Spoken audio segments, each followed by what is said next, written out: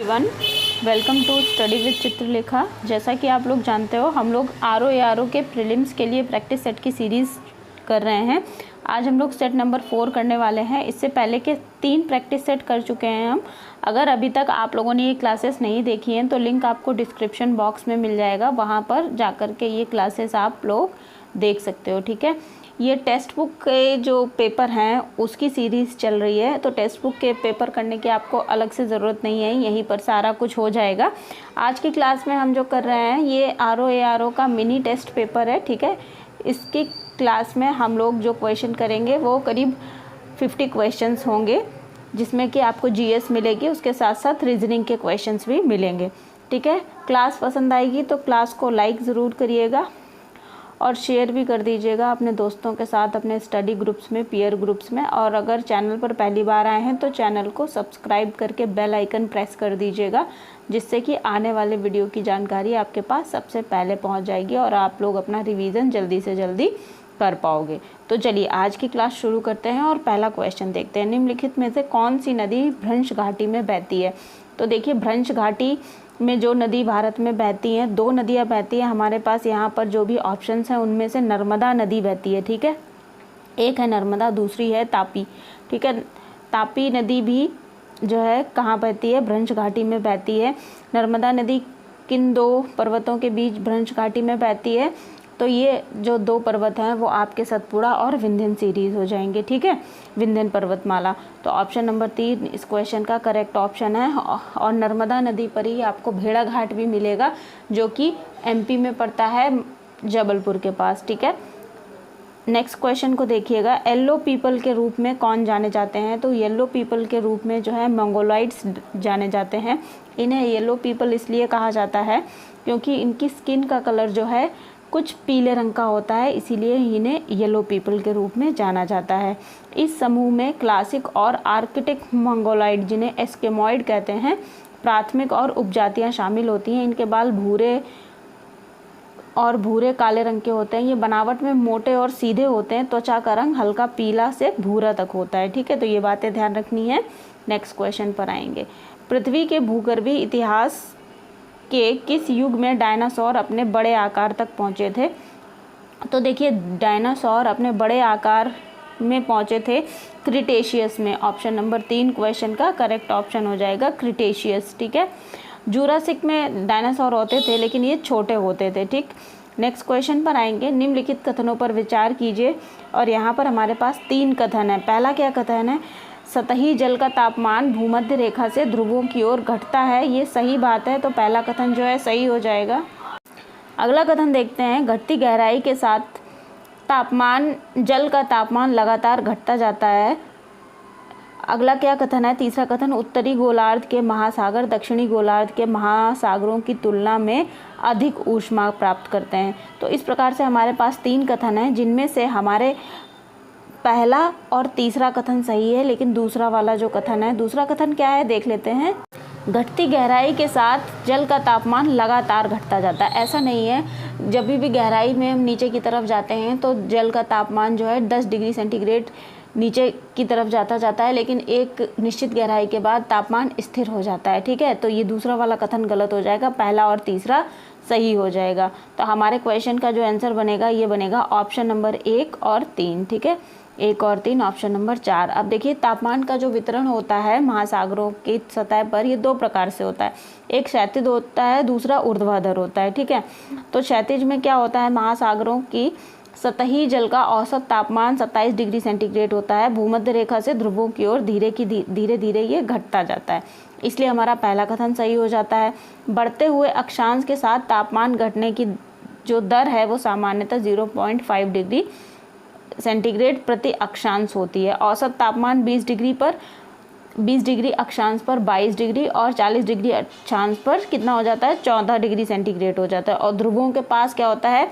0 degree centigrade हो जाता है, इसीलिए आर्कटिक और अंटार्कटिक दोनों जमे हुए हैं। ठीक है, ये बात भी आप लोगों को ध्यान रखनी है। अब उत्तरी गोलार्ध के जो महासागर हैं दक्षिणी गोलार्ध की तुलना में अधिक तापमान दर्ज करते हैं। ठीक है, और ये भिन्नता क्यों होती है? भूमि और समुद्र के जल में असमान वितरण के कारण होती है। देखिए, उत्तरी गोलार्ध में जो भूभाग है वो ज़्यादा है, जबकि दक्षिणी गोलार्ध में भूभाग कम है। ठीक है। अच्छा, लंबवत वितरण क्या होता है? महासागरों का अधिकतम तापमान हमेशा उनकी सतह पर ही होता है, क्योंकि वो सीधे सूर्य ताप प्राप्त करते हैं। और जो जल है, आप लोगों को पता है ये कैसे गर्म होता है?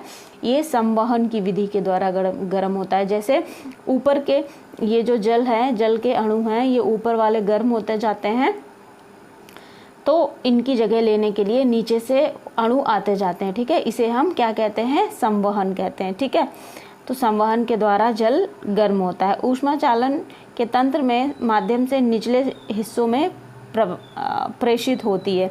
लेकिन यहाँ पर एक बात ध्यान रखिएगा कि जो ऊष्मा है चालन के माध्यम से चलती है महासागरों में।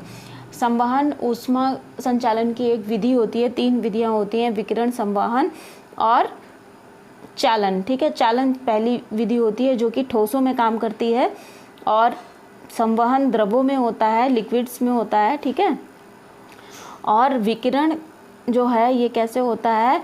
ये सूर्य के माध्यम से जो सूर्य ताप आता है ये विकिरण के द्वारा आता है। ठीक है, तो इसको आप लोग ध्यान रखेंगे।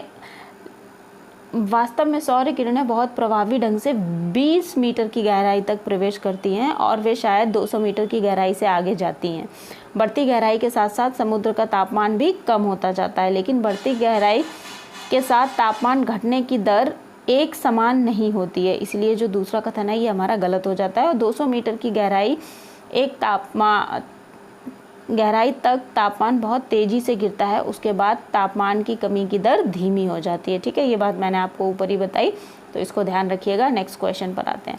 बौना ग्रह जिसका नाम सिरस है, ये किसके मध्य स्थित है? तो देखिए, बौना ग्रह या एस्ट्रॉइड्स जो हैं बृहस्पति और मंगल के बीच में अवस्थित हैं। ठीक है, ये जो बेल्ट है एक बृहस्पति और मंगल के बीच में, यहाँ पर क्या है? आपको एस्ट्रॉइड्स मिलेंगे। तो ऑप्शन नंबर 4 हमारे क्वेश्चन का करेक्ट ऑप्शन हो जाएगा। ठीक है, नेक्स्ट क्वेश्चन पर आइए। एक तरफ आपको क्या दे रखा है? ग्रामीण बस्ती के प्रकार दे रखे हैं, दूसरी तरफ उनकी विशेषताएं दे रखी हैं, और हमें मैचिंग करनी है। तो तारे या स्टार जैसा प्रतिरूप किसमें होता है? जहाँ पर कई सारी सड़कें मिलती हैं, तो इसे 2 से मैच कर दीजिए। क्रूसीफॉर्म कहाँ पर होता है? सड़कें चौराहे पर मिलती हैं। आयताकार में मैदानी क्षेत्रों में विकसित होता है ये आयताकार जो ग्रामीण व्यवस्था है। और एक नदी के दोनों किनारों पर क्या मिलते हैं? जहाँ पर 2 ग्राम पुल के जैसे होते हैं, तो इसको डी से मैच कर दीजिए, ये हमारी मैचिंग हो जाएगी। नेक्स्ट क्वेश्चन पर आते हैं। संयुक्त राष्ट्र का कहना है कि 2030 तक हमारे पास कितने मेगा सिटी होंगे? तो संयुक्त राष्ट्र ने ऐसी भविष्यवाणी की है कि 2030 तक हमारे पास 41 मेगा सिटीज़ होंगे, जिसमें 10,000 से अधिक मिलियन लोग निवास करेंगे। ठीक है, और 2023 तक 35 मेगा सिटी अभी तक अस्तित्व में आ चुके हैं। 2023 तक का डेटा है। भारत के 4 मेगा सिटी हैं, दिल्ली, मुंबई, कोलकाता और बेंगलुरु। ठीक है, ये चारों नाम आपको ध्यान रखने हैं। नेक्स्ट क्वेश्चन पर आते हैं। आमतौर पर जल सतहों की तुलना में भूमि सतह पर अधिक तेजी से गर्म होता है, क्यों? तो हमारे पास 4 ऑप्शंस हैं। जल की विशिष्ट ऊष्मा भूमि से अधिक होती है, जल की विशिष्ट ऊष्मा भूमि से कम होती है, जल की अंतर्निहित ऊष्मा भूमि से अधिक होती है, भूमि जल की तुलना में अधिक ऊष्मा विकिरण को परावर्तित करती है। तो देखिए, जल सतहों पर अधिक इसलिए गर्म होता है क्योंकि जो जल की विशिष्ट ऊष्मा होती है ये भूमि से अधिक होती है। ऑप्शन नंबर 1 करेक्ट ऑप्शन हो जाएगा। ऐसा किस लिए होता है? भूमि की सतह जो है जल की तुलना में बहुत अधिक सौर मात्रा को, जो सौर ऊर्जा होती है उसको अवशोषित कर लेती है, और जल अधिकांश सौर विकिरण को परावर्तित कर देता है, जो इसकी सतह पर वायुमंडल में वापस पहुंच जाता है। चूँकि भूमि सौर विकिरण को अवशोषित किए रहती है, इसीलिए भूमि की सतह ऊर्जा के लिए वनस्पति के समान अधिक ऊष्मा बरकरार रखती है, इसीलिए भूमि की सतह जल की तुलना में अधिक तेजी से गर्म होती है। ठीक है, अब यहाँ पर अगले क्वेश्चन पर आते हैं हम। अगला क्वेश्चन हमारे पास अभिकथन और कारण का है। पहला कथन पढ़ते हैं। उप आर्कटिक एवं टुंड्रा जलवायु में निम्न बैक्टीरियल क्रियाओं के कारण अवियोजित जैविक पदार्थों के साथ साथ पीट के संस्तर विकसित हो जाते हैं। इसका कारण क्या है? ठंडी जलवायु में ह्यूमस जमा हो जाता है क्योंकि बैक्टीरिया का विकास धीमा हो जाता है। ठीक है, देखिए बैक्टीरिया जो होती है ठंडी जलवायु के कारण उसका विकास कम हो जाता है, तो जो ह्यूमस है वो मिट्टी में परिवर्तित नहीं हो पाता है और ह्यूमस जमा रहता है। ठीक है, तो इस प्रकार हमें ये पता चल रहा है कि जो हमारा कथन है वो सही है और कारण भी उसकी सही व्याख्या कर रहा है। ठीक है, तो जो हमारे क्वेश्चन का आंसर बनेगा ऑप्शन नंबर ए बनेगा। ए और आर दोनों सही हैं तथा ए की सही व्याख्या आर है या आर ए की सही व्याख्या कर रहा है। ठीक है, ऑप्शन नंबर ए क्वेश्चन का करेक्ट ऑप्शन हो जाएगा। नेक्स्ट क्वेश्चन पर आएंगे। दक्षिणी गोलार्ध में समताप रेखाओं के कम टेढ़ी मेढ़ी होने का प्रमुख कारण क्या है? तो देखिए, दक्षिणी गोलार्ध में समताप रेखाएं जो हैं कम टेढ़ी मेढ़ी हैं। इसका प्रमुख कारण ये है कि वहाँ पर विशाल महासागरीय विस्तार है, पर्वत भी कम हैं और जो भूभाग है वो भी कम है। तो जो समताप रेखाएं हैं वे कम टेढ़ी मेढ़ी हैं। तो ऑप्शन नंबर 3 जो है हमारे क्वेश्चन का करेक्ट ऑप्शन है। नेक्स्ट क्वेश्चन पर आएंगे। कौन सी फसल पीला सोना के रूप में जानी जाती है? तो सरसों जो है इसे पीला सोना कहा जाता है। दलहन की जो माफ़ कीजिएगा यहाँ पर सरसों, ठीक है, तिलहन, इसकी जो फसलें हैं जिसमें कि सब सरसों, पीली सरसों, काली सरसों आती है। ठीक है, इसके साथ साथ तिल जो होते हैं उनसे भी तेल निकाला जाता है। ये सारी मेनली सरसों को पीला सोना के रूप में जाना जाता है। ठीक है, अगले क्वेश्चन पर आएंगे। अगला क्वेश्चन है, निम्नलिखित में से कौन सा युग्म सही सुमेलित नहीं है? एक तरफ आपके पास घास के मैदान है, दूसरी तरफ महाद्वीप है। हमें बताना है कौन सा सही सुमेलित नहीं है। तो सेल्वास जो है दक्षिणी अमेरिका में पाए जाते हैं, बेल्ट्स अफ्रीका में होते हैं, जबकि डाउन्स कहाँ पर होते हैं? ऑस्ट्रेलिया में। लेकिन पैम्पास जो है ये यूरोप में नहीं होते हैं। तो बी वाला जो है यही कथन सही, यही जो सही सुमेलित नहीं है। तो ऑप्शन नंबर 2 हमारे क्वेश्चन का करेक्ट आंसर हो जाएगा। अब देखिए, इस तरीके के क्वेश्चन अधिकतर एग्ज़ाम में बहुत सारे बार पूछे जाते हैं। तो यहाँ पर मैंने आप लोगों के लिए एक लिस्ट बना दी है जिसमें आप घास के सारे मैदान देख सकते हैं और उसके आगे उससे जुड़े हुए महाद्वीप और देश मिल जाएंगे। तो पंपास कहाँ पर मिलेगा? आपको दक्षिणी अमेरिका में मिलेगा। सेल्वास दक्षिणी अमेरिका में मिलेगा। लानोस आपको मिलेगा वेनेजुएला एंड कोलंबिया में। बेल्ट्स आपको अफ्रीका में मिलेंगे। डाउन्स, देखिए यहाँ पे एक ट्रिक बताती हूँ। डाउन्स ऑस्ट्रेलिया जो है दक्षिणी गोलार्ध में है, बिल्कुल नीचे। तो डाउन्स से याद रखिएगा, दक्षिणी गोलार्ध में नीचा ऑस्ट्रेलिया। तो डाउन्स कहाँ पर मिलेंगे? ऑस्ट्रेलिया में मिलेंगे। प्रेरीज जो हैं उत्तरी अमेरिका में मिलते हैं, जबकि कैंपोस घास के मैदान कहाँ पर मिलते हैं? ये आपको मिलते हैं ब्राज़ील में, सवाना पूर्वी अफ्रीका में। पुस्ताज बहुत इम्पॉर्टेंट है, पुस्ताज घास के मैदान कहाँ पर मिलेंगे? हंगरी में मिलेंगे। स्टेपी मध्य एशिया और पूर्वी यूरोप में। तो इन सबको ध्यान रखेंगे। चलते हैं अगले क्वेश्चन पर। अगला क्वेश्चन है, कोल खहोज शब्द के संदर्भ में निम्नलिखित कथनों में से कौन सा कथन सही है? तो देखिए, तो कोल खहोज जो है ये तत्कालीन सोवियत संघ में प्रचलित एक प्रकार की सामूहिक कृषि थी। ठीक है, तो ऑप्शन नंबर 2 करेक्ट ऑप्शन हो जाएगा हमारे पास। अब हम देखते हैं कि इसके बारे में कुछ एक्स्ट्रा पॉइंट्स। देखिए, एक कोल खहोज एक सामूहिक प्रकार की कृषि है जिसे कोल खहोज कहा जाता है और ये तत्कालीन सोवियत संघ में प्रचलित था।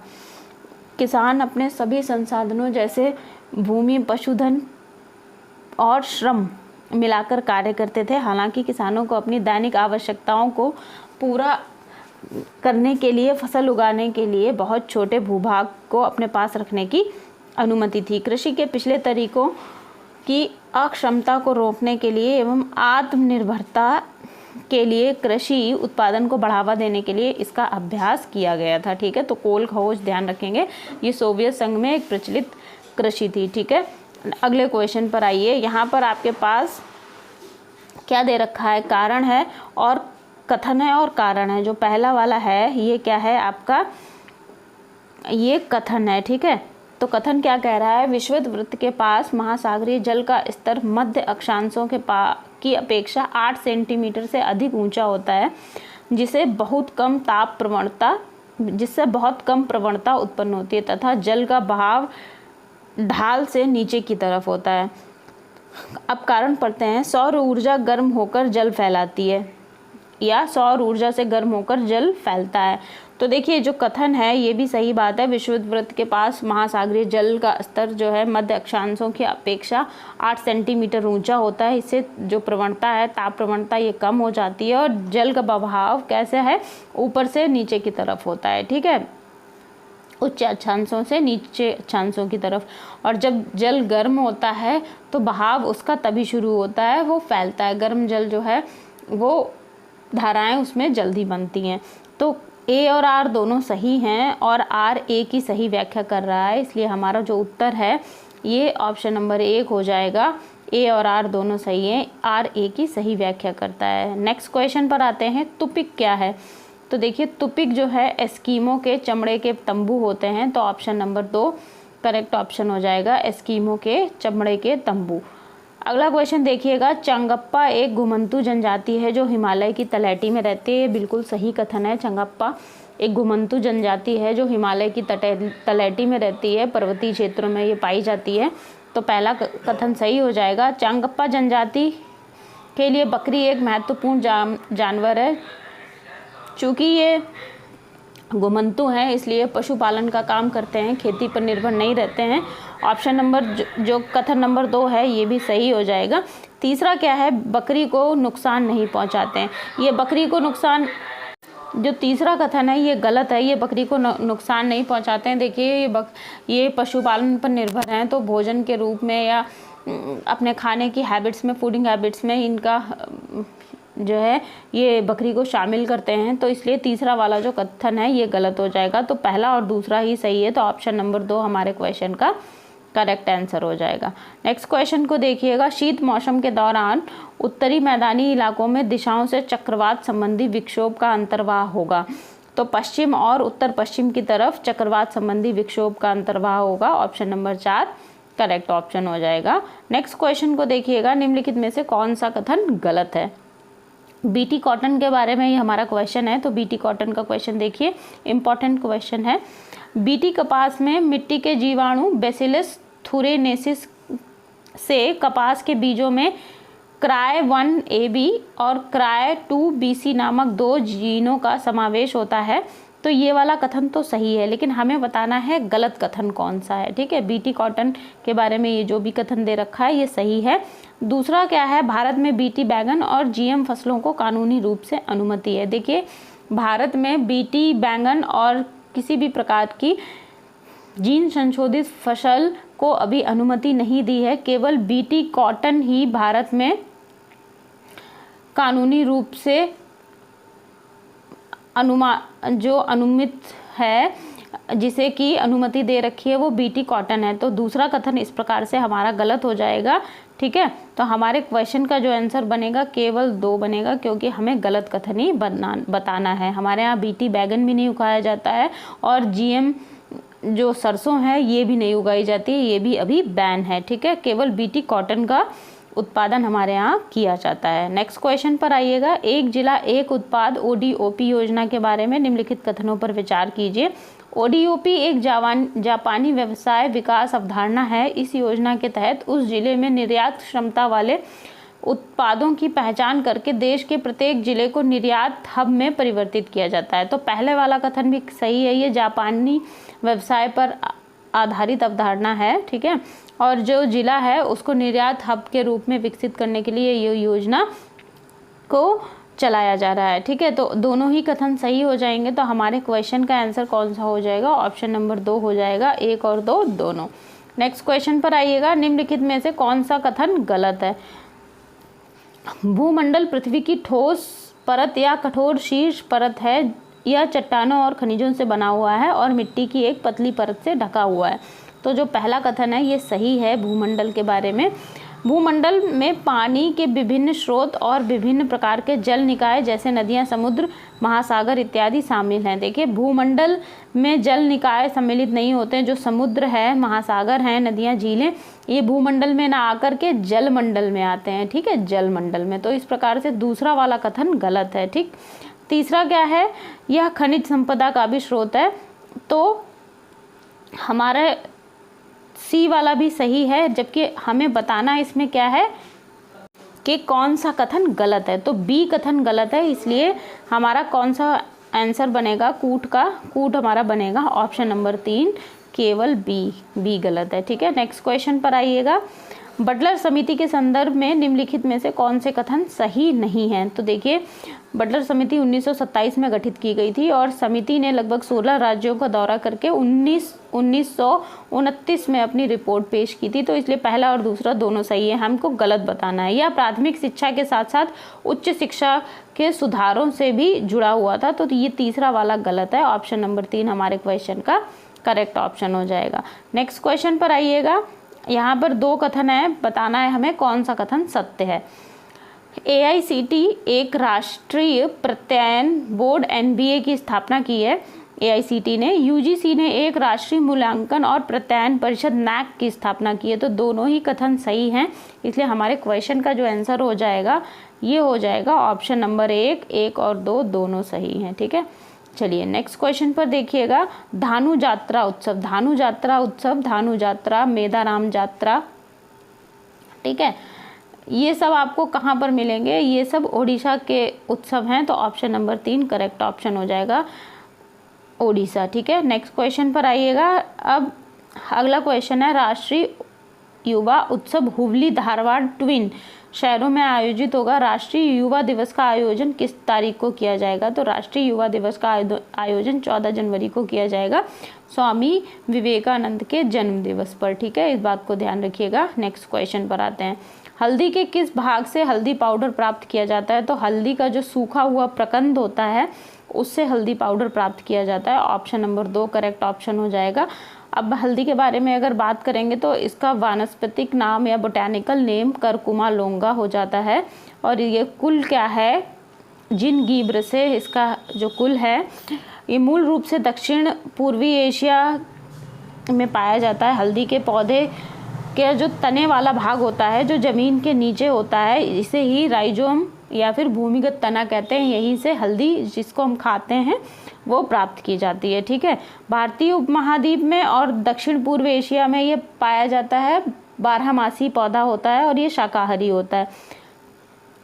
अच्छा, इसमें मौजूद एक वर्णक होता है जिसे क्या कहते हैं? करक्यूमिन कहते हैं। 4 से 7% पाया जाता है। और भारत की जो हल्दी है, ये दुनिया में भारत सबसे बड़ा प्रमुख उत्पादक और निर्यातक दोनों ही है। ठीक है, ध्यान रखिएगा इसको। और क्षेत्रफल के अनुसार करीब भारत में 38% भाग पर हल्दी की खेती कहाँ की जाती है? आंध्र प्रदेश में की जाती है। और भारत पूरी तरीके से अगर देखा जाए तो पूरे विश्व का 58.5% जो है भारत में हल्दी का उत्पादन किया जाता है। भारतीय हल्दी को विश्व की सबसे अच्छी हल्दी माना जाता है, लेकिन इसका खपत जो भी हम उत्पादन करते हैं 90% हम लोग खुद ही कर लेते हैं। अच्छा, किस्में ज़रूर देख लीजिए, क्योंकि जो भी फसल होती है उसकी किस्में अक्सर एग्ज़ाम में पूछ दी जाती हैं। तो हल्दी की जो किस्म है, राजेंद्र, सोनिया, प्रभा, प्रतिभा, क्रांति और रश्मि हो जाएंगे। इनके नाम ध्यान रखने हैं आपको। ठीक है, नेक्स्ट क्वेश्चन पर आइए। अब यहाँ पर ये रीजनिंग के कुछ क्वेश्चन हम करेंगे। ए जो है 10 मीटर पूर्व की ओर चलता है और फिर अपने दाईं ओर घूम जाता है, फिर प्रत्येक बार अपने बाईं ओर मुड़कर 5, 15 और 15 मीटर चलता है। अब वो अपने अपने प्रारंभिक स्थान से कितनी दूरी पर है हमें भी बताना है। तो हम इसको पहले सॉल्व करते हैं तो आपको समझ में आ जाएगा। देखिए, ए स्थान से सबसे पहले 10 मीटर चलता है, फिर दाहिने घूम के 10 मीटर चलता है, फिर वो बाएं घूमता है 10 मीटर चलता है, और उसके बाद फिर बाएं घूमता है, फिर कितना चलता है? 15 मीटर चलता है। ठीक है, अपने प्रारंभिक स्थान से कितनी दूरी पर है हमें बताना है। दैट मीन्स ये अपने प्रारंभिक स्थान ए से कितनी दूरी पर है। तो ये जो हमने आरेख बनाया है वहाँ पर आप लोग देख सकते हो। अब ये चल कर के सबसे पहले यहाँ पर ये 10 मीटर चला, फिर घूमा, 10 मीटर चला, फिर 5 मीटर चला, और फिर ये चला 15 मीटर, और फिर इधर से कैसे घूमा? बाएं घूम के फिर 15 मीटर चला। ठीक है, तो अब उसका जो प्रारंभिक बिंदु था ये ए था। ठीक, अब बी बिंदु पर पहुंचा है, तो इन दोनों बिंदुओं के बीच की डिस्टेंस हमें बतानी है। तो आप लोग देखो 10 मीटर ये चला था और इधर भी 10 मीटर चला था। ठीक है, अब इधर से ये डिस्टेंस अगर हम देखें तो ये 10 मीटर हो जाएगी, और चूंकि टोटल 15 है तो ऊपर वाली 5 हो जाएगी। ठीक है, तो अब ये एक आयत बन जा रहा है। आयत की 2 भुजाएं बराबर होती हैं, तो देखो इधर से ये ए और बी के बीच की दूरी कितनी हो जाएगी, 5 मीटर हो जाएगी। तो हमारा सही उत्तर क्या हो जाएगा, 5 मीटर। ठीक है, चलिए अगले क्वेश्चन को देखिएगा। अगला क्वेश्चन भी क्या है, रीजनिंग का ही क्वेश्चन है। मैं पूर्व के सम्मुख हूँ, मतलब पूर्व की तरफ कोई मुख करके खड़ा है। मैं दक्षिणावर्त दिशा में 100 डिग्री फिर वामावर्त दिशा में 145 डिग्री घूम जाता हूँ। अब मैं किस दिशा के सम्मुख हूँ। तो देखिए यहाँ पर ये डायग्राम बनाया है। अब इस डायग्राम में देखो, मैं दक्षिणावर्त पूर्व के सम्मुख हूँ, तो ये कोई ईस्ट की तरफ फेस करके खड़ा हुआ है। ठीक है, अब ये 100 डिग्री घूमे कैसे, दक्षिणावर्त, मतलब इस दक्षिणावर्त ये होता है, तो 100 डिग्री दक्षिणावर्त घूमे, तो ये जो हो गया। उसके बाद फिर वामावर्त 145 डिग्री, मतलब 100 डिग्री घूमने के बाद फिर वामावर्त उल्टी डायरेक्शन में। ठीक है, 145 डिग्री। अब जो फाइनल फेसिंग डायरेक्शन है ये कौन सी होगी। तो जब ये वाली देखो ऐसे खड़ा था जो व्यक्ति, यहाँ इस तरफ मुँह करे। ठीक है, अब पहले उसने क्या किया, 100 डिग्री घूमा, तो 100 डिग्री घूम के ये इस तरफ हो गया, तो ये वाली ये हो गया। अगर ये ईस्ट है तो ये वेस्ट हो जाएगा, ये हो जाएगा हमारा नॉर्थ, और ये हो जाएगा साउथ। ठीक है, तो ये क्या हो जाएगा, अब यहाँ पे 100 डिग्री घूमने के बाद फिर घूम गया वो 145 डिग्री वामावर्त, तो जो डायरेक्शन आएगी वो आ जाएगी आपकी ये वाली डायरेक्शन आएगी। तो ये वाली साउथ वेस्ट थी। ठीक है, अब यहाँ पर फाइनल डायरेक्शन ये है, तो ये क्या हो जाएगी, नॉर्थ ईस्ट हो जाएगी। नॉर्थ ईस्ट मतलब उत्तर पश्चिम। तो जो ऑप्शन नंबर 2 है ये करेक्ट ऑप्शन हो जाएगा, और दिशा क्या हो जाएगी, नॉर्थ ईस्ट। चलिए अगले क्वेश्चन पर आइए। निम्नलिखित में से कौन सा समुच्चय जीवाणु के द्वारा होने वाले रोगों को निरूपित करता है। तो निमोनिया, क्षय रोग और टाइफाइड जो हैं जीवाणु अर्थात बैक्टीरिया से होने वाले रोग हैं। ऑप्शन नंबर 3 हमारे क्वेश्चन का करेक्ट ऑप्शन है। अगले क्वेश्चन को देखिएगा। एक कोई व्यक्ति है जिसका नाम है श्री ठाकरे। अपने घर के पास एक पार्क है, उसमें उसने टहलना शुरू किया। 7 मीटर पहले वो पूरब की तरफ दौड़ा, फिर 9 मीटर अपने बाईं ओर दौड़ा, फिर अपने दाहिनी ओर मुड़ा, और फिर 6 मीटर दौड़ा, फिर उत्तर की ओर 11 मीटर दौड़ा, और उसके बाद पश्चिम की ओर कितना दौड़ा, 13 मीटर दौड़ा। हमें बताना है प्रारंभिक बिंदु से कितनी दूरी पर है। अब देखिए यहाँ पे डायग्राम बनाया है ये आप लोगों के लिए। तो सबसे पहले ठाकरे ने क्या किया, सबसे पहले ठाकरे ने 7 मीटर दौड़ना शुरू किया। तो ये देखिए ठाकरे ने 7 मीटर दौड़ा, उसके बाद ये 9 मीटर दौड़ा है, फिर 6 मीटर दौड़ा है, फिर 11 मीटर, और फिर ये 13 मीटर। ठीक है, अब 13 मीटर जब दौड़ा है तो हमें बताना है कि प्रारंभिक बिंदु और अंतिम बिंदु के बीच की दूरी कितनी है। तो 7 मीटर ये गया, 9 मीटर ये गया, 6 मीटर ये गया, और 11 मीटर ये गया। इन दोनों बिंदुओं, और उसके बाद 13 मीटर ये गया। इन दोनों बिंदुओं के बीच की दूरी हमें बतानी है। तो अब देखिए अगर यहाँ से इसको कर दिया जाए तो ये कितना हो जाएगा, 9 मीटर हो जाएगा, और ये 11 मीटर तो है ही। तो 9 + 11 क्या हो जाएगा, ये वाली डिस्टेंस 9 मीटर हो जाती है, ये 11 मीटर हो जाती है।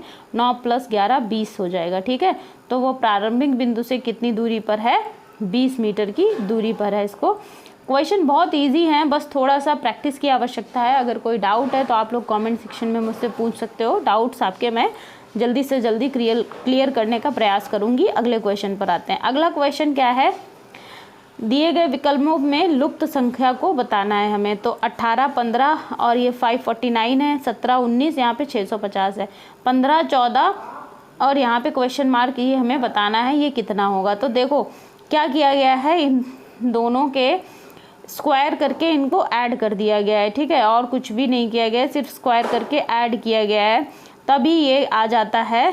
पहले ये 549 हो गया, 650 हो गया, फिर ये क्या स्क्वायर करेंगे और ऐड कर देंगे तो कितना हो जाएगा, ये हो जाएगा 421 हो जाएगा। ठीक है, आइए अगले क्वेश्चन पर। लुप्त अक्षर बताना है हमें। तो यहाँ पर लुप्त अक्षर ये कैसे बताते हैं, ये एक ग्रिड दे रखी है इसमें। तो देखिए अब इसको सॉल्व करते हैं हम। यहाँ पे इसको देखिए, ये जो भी ग्रिड है इस ग्रिड का इनमें EMH, ठीक है, ILMX और K दे रखे हैं। इनकी सबकी प्लेस वैल्यू लिख दी गई है। E की 5 होती है, M की 13 होगी, H की 8 होगी, I की 9 होगी, क्वेश्चन मार्क है, L 12 होगा, और M 13 हो जाएगा, X 24 हो जाएगा, K कितना हो जाएगा, 11 हो जाएगा। अब क्या किया गया है, जो बीच वाला है अक्षर, उसमें इन दोनों को एडिशन करके लिख दिया गया है। तो देखो 8 और 5 कितने हो जाएंगे, 13, ये बीच वाला m 13 हो गया, ठीक है। अब 11 और 13 कितने हो रहे हैं, x 24 हो गया। तो उसी तरीके से 9 और 12 कितने हो जाएंगे, 9 और 12 हमारे हो जाएंगे 21 हो जाएगा, ठीक है। तो 21 पे कौन सा अक्षर आएगा, u आता है। 21 जो प्लेस वैल्यू है ये u की होगी, तो यहाँ पे u हो जाएगा। तो ऑप्शन नंबर 1 में u दे रखा है, इसलिए ऑप्शन नंबर 1 हमारे क्वेश्चन का करेक्ट ऑप्शन हो जाएगा, ठीक है। अगले क्वेश्चन को देखिएगा। यदि फादर को कूटबद्ध करके इस एक कोडिंग में 24, 6 और 8 लिखा गया है, सिस्टर को भी 37, 14 और 39 के रूप में लिखा गया है, तो कज़िन को क्या लिखा जाएगा। अब देखिए इसमें बहुत ही सिंपल सी एक ट्रिक है कि फादर को क्या किया गया है। देखिए फादर को पहले सबकी प्लेस वैल्यू लिख ली गई है। चूँकि फादर में 6 लेटर्स होते हैं, इसलिए फादर में f की प्लेस वैल्यू 6 हो जाएगी, a की 1 हो जाएगी, t 20 हो गया, h 8 हो गया, e 5 हो गया, r 18 हो गया। अब क्या किया गया है, 3 का अलग 3 को डिवाइड कर लिया गया है, 3 को इस तरफ और 3 को इस तरफ, ठीक है। अब f को और लास्ट वाले को, ठीक है, इन दोनों की प्लेस वैल्यू को ऐड कर दिया गया है, तब ये 24 आया है। अब a की वैल्यू को और e को 6 हो गया, तो 0 6 लिखेंगे, t 20 है, h 8 है, 28 इस रूप में ये लिखा गया है। तो कज़िन को भी हम इसी तरीके से लिख सकते हैं। देखिए सिस्टर को भी उसी तरीके से लिख लिया गया है, और तो फिर हम कज़िन को भी इसी प्रकार से लिख लेंगे, ठीक है। अब देखिए कज़िन को ऐसे हमने लिख लिया। अब क्या करेंगे, इसको ऐड कर देंगे c और s की प्लेस वैल्यू को, तो ये कितना हो जाएगा, 17 हो जाएगा, ठीक है। अब o के साथ i आएगा, तो ये कितना हो जाएगा, 9 5 14 और ये 1 1 2 हो जाएगा, ठीक है, 24 हो जाएगा। और उसके बाद 19 और 21 को ऐड करेंगे, तो ये 20 हो गया, 2 1 3 हो गया और ये 4 हो गया। तो ऑप्शन नंबर 1 हमारे क्वेश्चन का करेक्ट ऑप्शन हो जाएगा, ठीक है। आई होप ये क्वेश्चन भी आप लोगों को समझ में आया होगा। अगर कोई डाउट है तो कमेंट सेक्शन में मुझसे पूछ सकते हैं, मैं उसको ज़रूर सॉल्व करूँगी। नेक्स्ट क्वेश्चन पर आइएगा। एक कूट भाषा में डबल को क्या लिखा गया है, ये VPEFMC के रूप में लिखा गया है। उसी भाषा में क्लिक को क्या लिखा जाएगा। तो देखिए अब यहाँ पे सॉल्व किया है ये आप लोगों के लिए क्वेश्चन को। डबल को किस तरीके से लिख लिया गया है, इनकी प्लेस वैल्यू सबकी लिखी गई है, ठीक है। और इसको 6 लेटर्स का है डबल, इनके 3 लेटर्स अलग कर लिए गए हैं, और इनको डबल जो है डी को क्रॉस करके ये इधर ला दिया गया है, इसमें +1 किया है, ठीक है। और ओ को बिल्कुल उसमें +1 कर दिया गया है, और लास्ट वाले इधर उधर हुए हैं, क्रॉस हुए हैं। तो इस तरीके से ये आ जाएगा। उसी तरीके से क्लिक भी लिखेंगे हम। देखिए क्लिक में भी यही वाली ट्रिक लगाई गई है। सी को क्या है, क्रॉस कर दिया गया है, सी इधर आया, +1 किया, डी हो जाएगा। एल को एज इट इज़ लाएंगे, +1 करा, सब में एम हो गया, और जो आई है, आई में +1 होगा तो जे हो जाएगा, ठीक। उसी तरीके से इस तरफ, तो JMDFVR हो जाएगा हमारे क्वेश्चन का करेक्ट आंसर। अब आ जाइए अगले क्वेश्चन पर। अगला क्वेश्चन क्या है, 1 जनवरी 2002 को यदि मंगलवार है तो 3 फरवरी को कौन सा दिन होगा। तो देखिए ये कैलेंडर का क्वेश्चन है। यहाँ पर हमें क्या करना है, 1 जनवरी को मंगलवार है और उसके बाद 3 फरवरी तक कुल दिनों की संख्या कितनी हो जाएगी। कुल दिनों की संख्या हमें कैलकुलेट करनी नहीं है, तो 33 दिन हो जाएंगे, ठीक है। 33 दिन में विषम कितने होंगे, तो देखिए विषम करने के लिए जितने भी दिन होते हैं उसको क्या करते हैं, 7 से डिवाइड कर देते हैं। जो रिमाइंडर बच जाता है उतने दिन विषम हो जाते हैं। और जो भी दिन पूछा गया होता है उसमें क्या करते हैं, मंगलवार था ना 1 जनवरी को, और उसमें जो भी रिमाइंडर बचता है उसको ऐड कर देते हैं, तो अगला दिन जो भी पूछा जाता है वो आ जाता है। तो मंगलवार में 5 दिन आप ऐड करोगे तो मंगलवार के बाद क्या हो जाएगा, वेडनेसडे, थर्सडे, फ्राइडे, सैटरडे, और 5वां दिन क्या हो जाएगा, संडे, ठीक है। तो क्या पड़ेगा, दिन संडे पड़ेगा। तो यही हमारे क्वेश्चन का करेक्ट आंसर हो जाएगा। अगला क्वेश्चन देखिएगा। कमलेश को याद है कि उसके भाई के सूरज का जन्मदिन 29 अक्टूबर के बाद लेकिन 5 नवंबर से पहले पड़ता है, जबकि शीतल क्या कह रही है, सूरज का जन्मदिन 31 अक्टूबर से पहले लेकिन 20 अक्टूबर के बाद पड़ता है। तो सूरज का जो जन्मदिन है ये किस तारीख को पड़ेगा।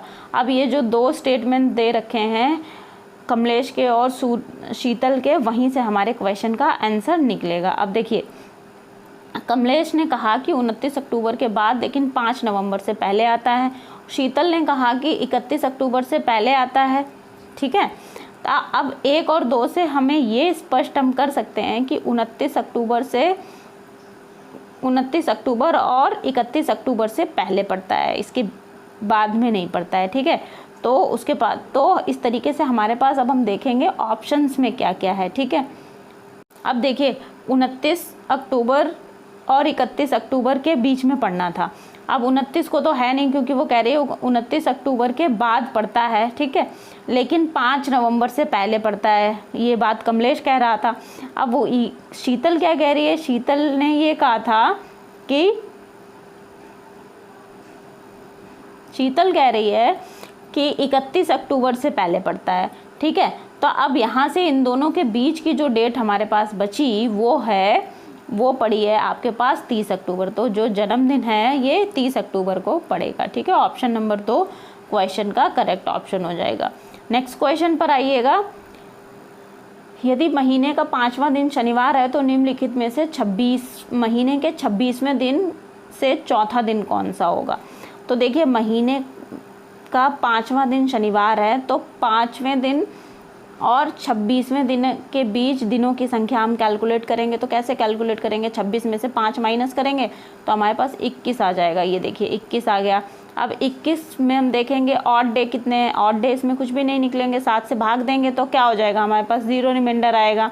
ठीक है, अब 1 सप्ताह बचा हमारे पास, रिमाइंडर 0 हो गया। 3 सप्ताह की अवधि 5 तारीख से शुरू होगी, जो कि शनिवार को है।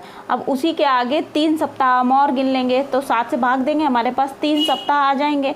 3 सप्ताह की अवधि शनिवार से शुरू होती है, तो शनिवार को ही ख़त्म होगी। ठीक है, इसलिए 26 तारीख को शनिवार होगा और 26 तारीख से चौथे दिन पूछ रहा है। ठीक है, 26 तारीख को शनिवार होगा तो उसके आगे 27 को क्या हो जाएगा, रविवार हो जाएगा। 28 को सोमवार हो जाएगा। 29 को मंगलवार और 30 तारीख को मतलब 1, 2, 3 और 4 चौथे दिन बुधवार होगा। ठीक है, ऑप्शन नंबर जो है बुधवार, जिसमें ये करेक्ट ऑप्शन हो जाएगा। नेक्स्ट क्वेश्चन को देखिएगा, यदि x का पिता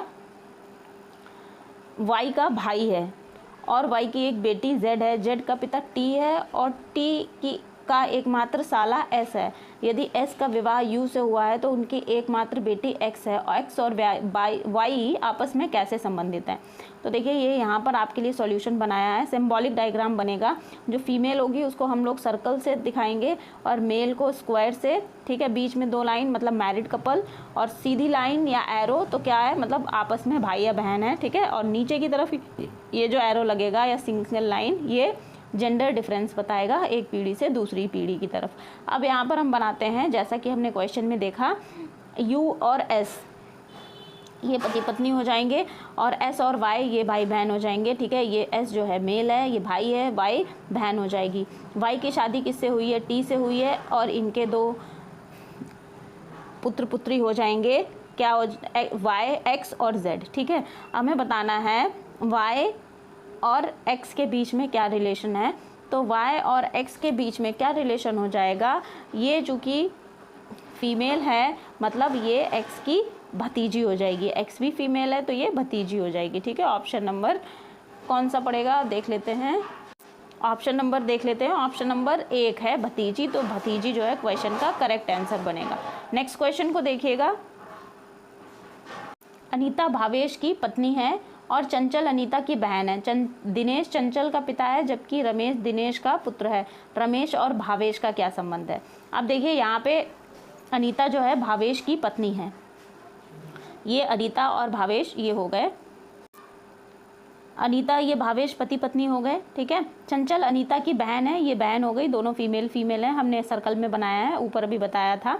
ठीक है, दिनेश चंचल का पिता है, दिनेश जो है चंचल का पिता है, फीमेल है, ये दोनों बहन है, तो मतलब इन दोनों के पिता हो जाएंगे ये। ठीक, अब रमेश जो है दिनेश का पुत्र है ये, अब ये दोनों ये भी भाई बहन हो जाएंगे इस प्रकार से देखा जाए तो। लेकिन हमें इससे कोई मतलब नहीं है, हमें बताना है रमेश और भावेश में क्या संबंध है। तो अब देखिए, अनीता और रमेश भाई बहन है, ठीक है। और भावेश जो है अनीता का पति है, तो रमेश क्या हो जाएगा, भावेश का साला हो जाएगा, ठीक है। रमेश क्या हो जाएगा, भावेश का साला।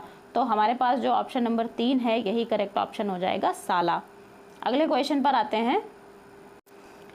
उत्तर प्रदेश में वर्षा ऋतु में निम्नलिखित में से कौन सा गीत गाया जाता है। तो उत्तर प्रदेश में वर्षा ऋतु में कजरी गीत गाया जाता है, ऑप्शन नंबर 4 करेक्ट ऑप्शन हो जाएगा। निम्नलिखित में से कौन सा लोक आदिवासी नृत्य उत्तर प्रदेश से संबंधित है। तो उत्तर प्रदेश से संबंधित जो नृत्य है थोरा है, ठीक है। नौटंकी, थोरा, चप्पली, रासलीला, कजरी, ये सभी उत्तर प्रदेश से संबंधित हैं। जबकि अगर बात की जाए तमाशा, तमाशा जो है कहाँ का है, तमाशा आपका हो जाता है महाराष्ट्र का। और रऊफ जो है, रऊफ ये जम्मू एंड कश्मीर का लोक नृत्य हो जाएगा, ठीक है, इसको ध्यान रखिएगा। और विधि कहाँ का हो जाता है, विधि आंध्र प्रदेश का हो जाएगा। तो ये सारे ही इंपॉर्टेंट हैं, इनको याद रखिएगा। अगले क्वेश्चन पर आते हैं। जिस ताल में 8 मात्रा और 2 खंड होते हैं उसे क्या कहते हैं। उसे कहरवा कहते हैं, ऑप्शन नंबर 2 करेक्ट ऑप्शन हो जाएगा, कहरवा। अगला क्वेश्चन है, उत्तर प्रदेश में अनुसूचित जाति की आबादी सबसे अधिक है। इस पर हमें ये दे रखे हैं क्या स्टेटमेंट, इनमें से कौन से सही हैं ये हमें बताने हैं। तो उत्तर प्रदेश में जो अनुसूचित जाति की आबादी है ये सबसे अधिक है 2011 की जनगणना के अनुसार। पहला कथन सही हो जाएगा। उत्तर प्रदेश में ग्रामीण आबादी सबसे अधिक है, तो ये वाला कथन भी सही है। तीसरा क्या है, उत्तर प्रदेश में अनुसूचित जनजाति की आबादी सबसे अधिक है, ये तीसरा गलत है। उत्तर प्रदेश में अनुसूचित जनजाति की आबादी सबसे अधिक नहीं है। तो सही हमें बताने हैं। तो हमारे पास जो कूट बनेगा ये हो जाएगा ऑप्शन नंबर 1 और 2, केवल 1 और 2, ऑप्शन नंबर 1 हो जाएगा, ठीक है। तो इस तरीके से आज की क्लास हमारी यहीं पर समाप्त होती है। आई होप ये क्लास आप लोगों को पसंद आई होगी। क्लास पसंद आई है तो क्लास को लाइक ज़रूर कर दीजिएगा, अपने दोस्तों के साथ शेयर भी करिएगा, जिससे कि वो लोग भी अपना रिवीजन अच्छे तरीके से कर सकें। और चैनल पर पहली बार आए हैं तो चैनल को सब्सक्राइब करके बेल आइकन प्रेस कर दीजिए, जिससे कि आने वाले सभी वीडियो की जानकारी आपके पास सबसे पहले पहुँच जाएगी। पढ़ते रहिए, खूब मेहनत करिए। आप लोगों के लिए टेक्स्ट बुक सीरीज़ के प्रैक्टिस सेट मैं हर दिन लेकर के आऊँगी, इसलिए बहुत बहुत शुभकामनाओं के साथ और बेस्ट विशेज़ के साथ मिलते हैं अगली क्लास में। Thank you everyone.